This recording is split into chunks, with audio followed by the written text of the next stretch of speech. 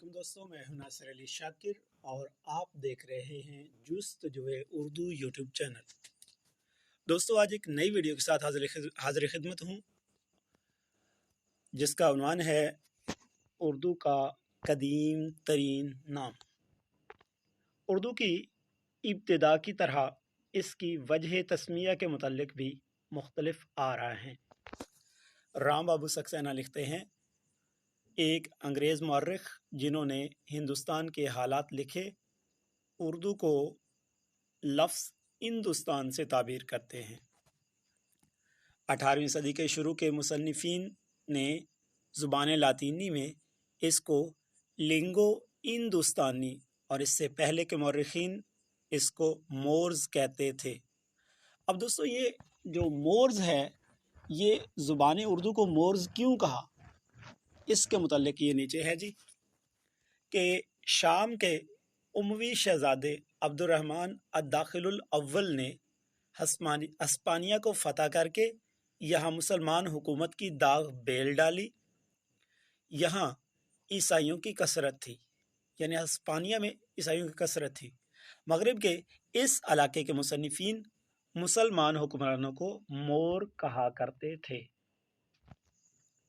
اور وہ ان کی زبان کو مورز کہتے تھے، یعنی مسلمانوں کو مور کہتے تھے اور مسلمانوں کی زبان کو مورز کہتے تھے۔ یہ لفظ مغربی مفکرین کے ہاں اتنا رائج ہوا کہ جب انگریز 1857 کی جنگ آزادی کے بعد ہندوستان پر قابض ہو گئے تو انہوں نے مسلمانوں کو مور کہنا شروع کر دیا اور اسی نسبت سے اردو زبان کو مورز کہنے لگے۔ چنانچہ سینتی کمار چترجی، یہ سینتی کمار چترجی انڈین ماہر لسانیات ہیں، اور گریرسن جو ہیں یہ آئرش ماہر لسانیات ہیں، یعنی آئرلینڈ کے رہنے والے تھے۔ ان کی تحریروں میں مور کا لفظ اردو زبان کے مترادف کے طور پر استعمال ہوا ہے۔ ڈاکٹر جان گلکرسٹ نے 1887 میں سب سے پہلے لفظ ہندوستانی زبان اردو کے لیے استعمال کیا اور جبھی سے یہ لفظ مروج ہو گیا۔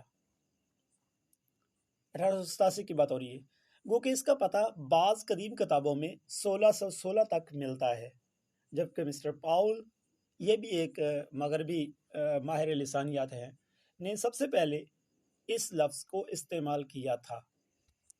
اردو معلّہ کا معزز خطاب شاہ جہاں نے اس زبان کو دیا، جبکہ زبان ادبی خدمات انجام دینے کے قابل اچھی طرح ہو گئی تھی۔ یعنی جب یہ خطاب اردو معلّہ کا ملا تو اس وقت زبان جو تھی وہ ادبی خدمات کے قابل ہو گئی تھی۔ لفظ ریختہ زبان کے متعلق اب بہت کم استعمال ہوتا ہے، ابتدا میں نظم کے واسطے بھی استعمال کیا جاتا تھا۔ یہ ریختہ جو لفظ ہے اس پر کسی اور ویڈیو میں انشاءاللہ بحث ہوگی۔ اب ابتدا میں تو نظم کے واسطے یہ لفظ استعمال کیا جاتا تھا، اس کی وجہ اصل میں یہ تھی کہ نثر کا رواج اس زمانے میں بہت کم تھا۔ میر اور مصحفی، یہ ہیں جی میر تقی میر، اور یہ مصحفی جو ہیں یہ شیخ غلام حمدانی مصحفی۔ ان کے زمانے تک اردو کو بمقابلہ فارسی ہندی کہتے تھے، یعنی اردو کو فارسی کے بجائے ہندی کہتے تھے، یعنی اردو کے مقابلے میں فارسی کو ہندی کہتے تھے، جس سے ملک کی دیسی زبان مراد تھی۔ یعنی یہ جو باہر سے آنے والے لوگ تھے نا، جتنے بھی باہر سے آئے لوگ ہیں، انہوں نے ہندوستان کے دیسی زبان ہونے کی وجہ سے اس کو ہندی کہا، کیونکہ یہ ہندوستان کی زبان لوگوں کی زبان تھی، اس وجہ سے اس کو ہندی کہتے رہے۔ اب بات آ گئی جی ہندی یا ہندوی۔ اردو زبان کا قدیم نام ہندی یا ہندوی بھی کہلاتا ہے، اور حافظ محمود شعرانی، انہوں نے پنجاب میں اردو جو کتاب لکھی ہے نا، انہوں نے بھی ہندی یا ہندوی کو ہی اردو کا قدیم ترین نام کہا ہے۔ حافظ محمود شعرانی سے لے کر ڈاکٹر सैंती कुमार चितर जी जैसे लिसानी मुहक्किकीन की अक्सरियत का इस अमर पर इत्तिफाक है कि हिंदुस्तान की निस्बत इसे हिंदी या हिंदवी ही कहा जाता रहा है। यानी ये लोग इस बात पर इत्तिफाक करते हैं कि उर्दू को हिंदुस्तान की निस्बत से हिंदी या हिंदवी ही कहा जाता रहा है, और इस नाम की शहादत कदीम लुगात और अदबी तसनीफ़ात से भी मिलती है। चुनाचे 812 हिजरी में, यानी जो 812 हिजरी है ना, ये 1408 ईस्वी बनता है, में काजी बदर खान से लेकर 1742 में सिराजुद्दीन खान आरजू तक सभी कदीम लुगत नवीसों ने हिंदुस्तान की ज़ुबान को हिंदी या हिंदवी ही लिखा है। अलावाजी मिफ्ताहुल फुज़ला ये 873 हिजरी और ये बनता है 1467 ईस्वी, और दस्तूरुस सुबियान ये भी नाम पढ़ा है मैंने, और दस्तूरुल बयान ये भी पढ़ा है 990 हिजरी, ये बनता है जी 1581 ईस्वी में भी इसे हिंदी ही कहा गया है। यानी 1581 ईस्वी तक इसको हिंदी ही कहा गया है। इस मकसद के लिए बाज़ सूफिया किराम की तहरीरें या अक़वाल भी कारामद साबित होते हैं।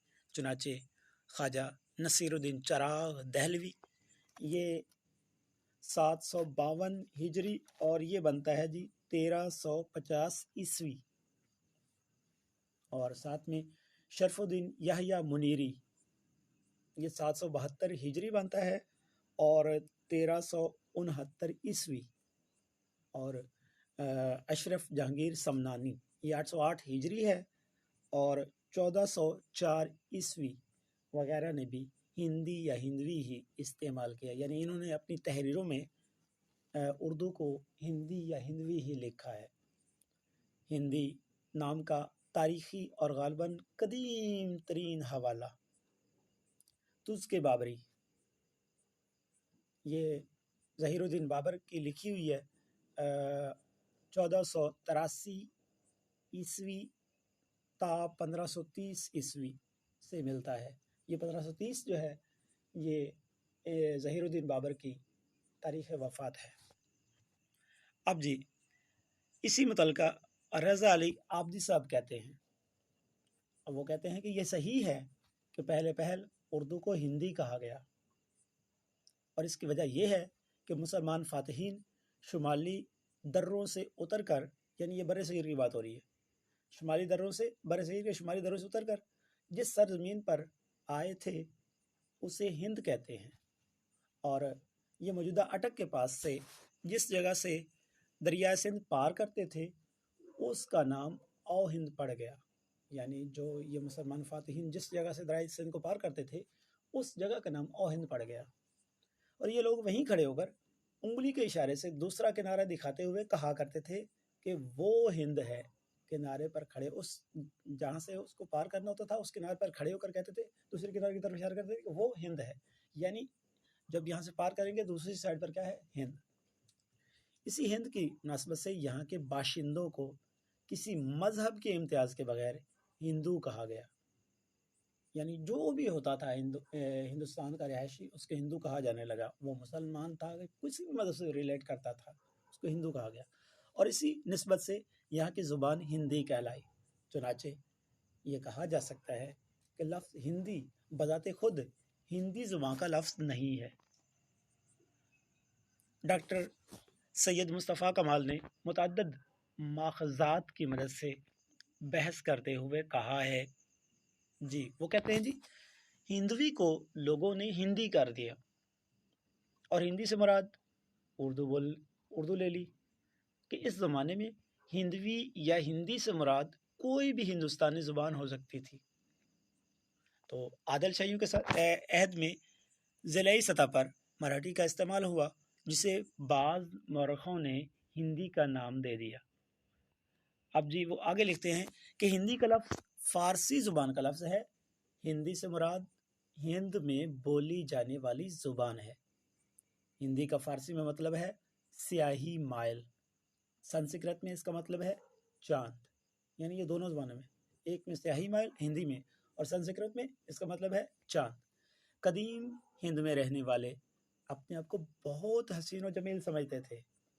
मगरबी लोगों की निस्बत वो बहुत गोरे नहीं होते थे, उनमें कुछ गंदुमी और कुछ स्याही माइल थे, और अपने इलाके की शनाख्त की बदौलत हिंद से हिंदू कहलाए, यानी हिंदुस्तान के रिहायशी थे तो इस वजह से हिंद की निस्बत से हिंदू कहलाए, और इसी बदौलत इनकी ज़ुबान हिंदी या हिंदवी कहलाई, क्योंकि दुनिया की बेशतर ज़ुबानें इलाकाई निस्बत से मौसूम होती हैं।